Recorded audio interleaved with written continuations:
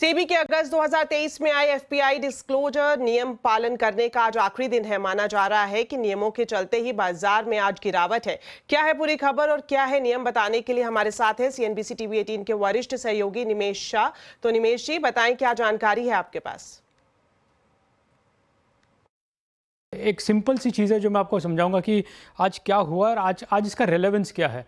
थोड़ा अगर आप बैक हिस्ट्री में जाओ तो अगर देखोगे तो अगस्त 23 में सेबी ने एक सर्कुलर पास किया था ऑन एफपीआईज, और उस सर्कुलर में बोला गया था कि अगर एफपीआई एक सिंगल स्टॉक में 50% से ज़्यादा अगर ओन करता है, या तो एक सिंगल ग्रुप में 50% से ज़्यादा ओन करता है, या उनका एयूएम जो होता है, एसेट अंडर मैनेजमेंट जो होता है, अगर वो 25,000 करोड़ से अगर ज़्यादा है, अगर ये तीन उनके अगर क्राइटेरियाज है, तो उनको बोला गया था कि आपको जो आप जो भी इन्वेस्टमेंट कर रहे हो, जो भी आप आपके जो एंड यूजर्स है, each and every and user की डिटेल आपको रेगुलेटर को प्रोवाइड करनी पड़ेगी।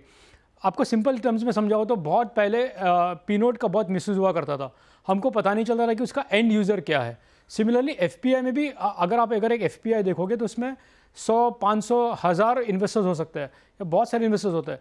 तो सेबी का रेगुलेशन ये था कि हमको लास्ट एंड कस्टमर जो होता है आपका, या इन्वेस्टर जो होता है, उसकी भी आपको डिटेल्स प्रोवाइड करनी पड़ेगी। अगर आप इन कैटेगरी में हो, अगर 50% ज़्यादा अगर आप एक पर्टिकुलर स्टॉक में ओन करते हो, या एक ग्रुप में आप 50% से ज़्यादा अगर आपका एक्सपोजर है, या आपका अगर एयूएम साइज 25,000 करोड़ से ज़्यादा है, तो अब ये जो सर्कुलर पास ऑन हुआ था, आज उसका टेक्निकली लास्ट डे है।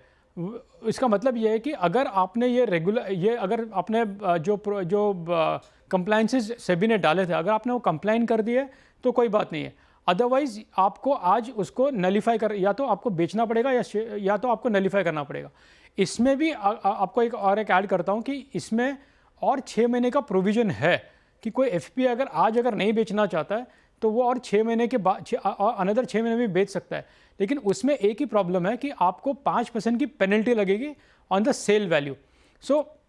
अगेन मैं एक बहुत सिंपल तरीके से समझाना चाहता हूँ कि ये एक रीज़न हो सकता है आज के फॉल का, लेकिन हमको ये रीज़न नहीं है पैनिक करने के लिए। शुक्रिया निमेश जी, विस्तार से ये पूरी खबर दर्शकों को बताने के लिए। चलिए अब बात करते हैं बाजार की। कारोबारी हफ्ते के आखिरी दिन बाजार में भारी गिरावट रही। सेंसेक्स 1000 से ज्यादा और निफ्टी करीब 300 अंक तक लुढ़क गया। बीएसई के सभी सेक्टर इंडेक्स गिरावट पर बंद हुए। तो मार्केट का पूरा हाल समझते हैं अब सीधा यतिन मोता से। तो यतिन, सबसे पहले आपसे जानना चाहेंगे आज बाजार की हाईलाइट्स क्या रही। कि बाजार की बात करें तो आज एक बहुत ही नरम शुरुआत रही, और एंड ऑफ द डे लगभग 250 पॉइंट के नुकसान के साथ हमने निफ्टी पे कारोबार ख़त्म किया। 25,000 के नीचे आपको निफ्टी का लेवल जाता हुआ नज़र पड़ा। तो पहली बार हमने बहुत दिनों के बाद एक 25,000 के नीचे का लेवल देखा। और कहीं ना कहीं अगर हम सेक्टोरल इंडेक्स की बात करें तो सारे के सारे सेक्टोरल इंडेक्स जो हैं वो लाल निशान के साथ ही बंद हुए। खास करके PSU, bank, pharma, IT, oil and gas शेयरों में आपको बिकवाली हावी दिखी।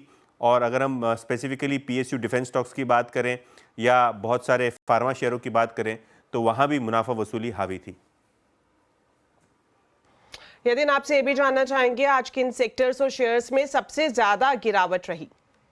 देखिए, अगर निफ्टी गेनर्स की बात करें तो बहुत चुनिंदा निफ्टी गेनर्स थे, और उनमें सबसे पहले आपको बजाज फाइनेंस जैसे काउंटर्स दिखेंगे, क्योंकि कंपनी की सब्सिडरी का आईपीओ आ रहा है, तो स्टॉक में लगभग 1% का एक्शन था। इसके अलावा एशियन पेंट, जेएसडब्ल्यू स्टील और दिवीज लैब जैसे काउंटर्स में खरीदारी का माहौल आपको दिखा। लूजिंग साइड पे बहुत सारे सरकारी स्टॉक्स आपको दिखेंगे, एनटीपीसी, बीपीसीएल 2 से 3% की गिरावट। इसके अलावा आईसीआईसीआई बैंक और एसबीआई जैसे काउंटर्स में भी बैंकिंग सेक्टर में से 2 से 2.25% की गिरावट दर्ज हुई। अगर हम बात करें मिड कैप में गेनिंग स्टॉक्स की तो Godfrey Phillips, SBI card, Tata technology जैसे काउंटर में खरीदारी का माहौल रहा। खास करके एसबीआई कार्ड एफएनओ का टॉप गेनर आपको बनता हुआ नजर पड़ा। और लूजिंग साइड में अगर हम बात करें तो इजी ट्रिप जो येस्टरडे चढ़ा था, यहाँ प्रॉफिट टेकिंग हुई 6% नीचे। मिंडा कॉर्पोरेशन, चेन्नई पेट्रो और इंडियन बैंक जैसे काउंटर्स में 5 से 6% की गिरावट दर्ज हुई। शुक्रिया यतिन इस पूरे मार्केट अपडेट के लिए।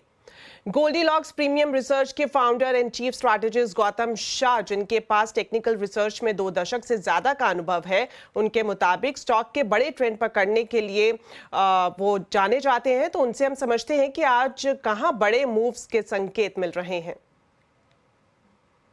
3-4 महीनों में ऐसा कई बार हुआ है कि मार्केट 500-700 पॉइंट निफ्टी गिरा है, या 3-4-5% निफ्टी गिरा है। उससे डराया, सबको लगा कि चलो अब ब्रेकडाउन आ रही है, अब एक बड़ा करेक्शन आ रहा है, बट बाजार नीचे में संभल जाता है। I think this looks something like that. वैसे भी आप पिछले 10 दिन का अगर एक्शन देखें तो मार्केट काफी एग्जॉस्टेड लग रहा था, क्योंकि वो ऊपर की तरफ जब जा रहा था तो सेलिंग प्रेशर आ रही थी, नीचे की तरफ में थोड़ा बहुत डिमांड था, और आज पिछले आधा घंटा में काफी वीकनेस हमने देखा, ब्रेथ काफी खराब है। बट आई थिंक ये एक टेम्पररी है, क्योंकि मार्केट एक ब्रॉड एक कंसोलिडेशन फेज में चला गया है। मार्केट में आपको स्टॉक स्पेसिफिक और सेक्टर स्पेसिफिक रहना है, आपको क्वालिटी को एकदम छोड़ना नहीं है। I think you have to be in top quality stocks. और वैसे भी हमारा फेवरेट्स इस मार्केट में अभी आईटी, फार्मा, एफएमसीजी, मेटल्स और केमिकल्स है, और मुझे लगता है कि इन सेक्टर्स में ही काम करनी चाहिए। हेल्थ और लाइफ इंश्योरेंस की प्रीमियम पर जीएसटी पर अंतिम फैसला अगले हफ्ते हो सकता है। सूत्रों के मुताबिक सोमवार को होने वाली जीएसटी काउंसिल की बैठक में इसके अलावा डिजिटल लेन देन पर जीएसटी लगाने का भी फैसला होने की संभावना है। पूरी खबर जानने के लिए जुड़ते हैं आलोक प्रियदर्शी से। तो आलोक, बताएं जीएसटी काउंसिल की इस बैठक का मेन एजेंडा क्या है और कौन से बड़े फैसले हो सकते हैं? बिल्कुल, देखिए, हेल्थ इंश्योरेंस और लाइफ इंश्योरेंस खरीदना जल्द ही सस्ता हो सकता है, क्योंकि अगले हफ्ते सोमवार को जो जीएसटी काउंसिल की अहम बैठक होने जा रही है